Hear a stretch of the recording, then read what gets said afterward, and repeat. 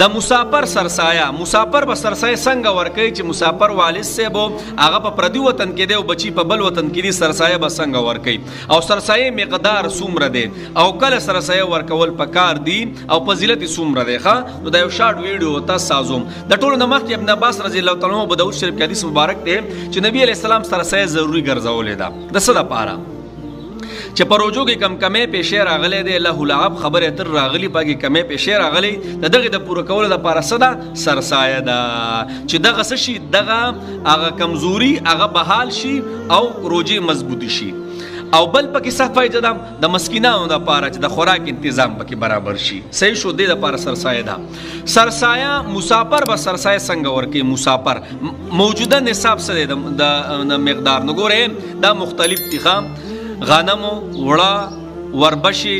داسې وسکي او چواري دغه نه کجوري دا په دغه مناسبت سره سدي په دغه مناسبت سره سرسایه ده خو موجوده پاکستان او افغانستان کې زیات ترسي دا د وړو په اعتبار سره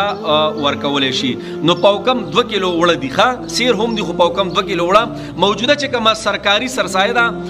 هغه 170 روپے ده خو د وړو په اعتبار سره کوه چې نو 160 روپے ښه د غنم په اعتبار سره 135 راځي دا ګوره ردو بدل پکې شته ښه اخوا دېخوا کېږي راکېږي ځکه د ریټ سره تعلق دی نو موجوده سرسایه قیمت څه دی 160 روپۍ دی بهتره دا ده چې یو کس 160 روپۍ سرسایه ورکړي ښه مسافر به سرسایه څنګه ورکوي جنابو په کم ملک کې چې مسافر دی مثال کے طور پر په سعودي کې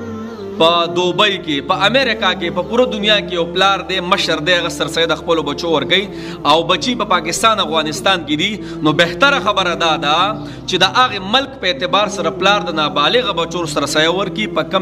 په کم ځای کې چې پلار اوسیږي مثال کے طور پر پلار په سعودي کې دی اول ته 10 ریال سرسایه ده نو پلار بهتره دا ده چې 10 ریال قیمت ولګي او پاکستان ته راولګي هلته هم ورکولی شي هلته هم ورکولی شي او دلته هم رالیږلی شي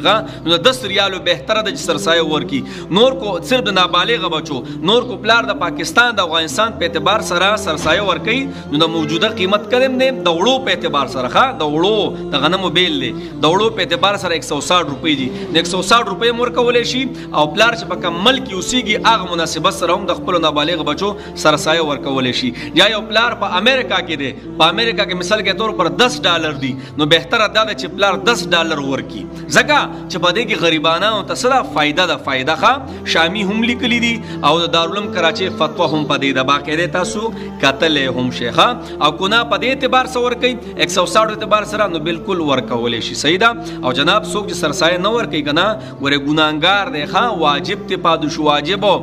چې څومره غریبانان دي هغوی له سرسایه ورکولی شي 50 زکات کېږي که نه هغوی له ته سرسایه ورکولی شي خپلې خور لم ورکولی شي رور لم ورکولی شي تره زوی لم ورکولی شي ماما زوی لم ورکولی شي په خاندان کې چې څومره غریبانان دي هغوی له سرسایه ورکولی شي او سرسایه د وس نه هم ورکولی شي ښه د اختر د مون نه پس کوی بیا ورکوي نو بیا عام څه دي عامه صدقې ثواب دی او که د اختر د مون نه مخکې ورکوي نو بیا څه ده بیا صدقې فطر دی ښه نو دا به ورکول پکار ښه دا په هر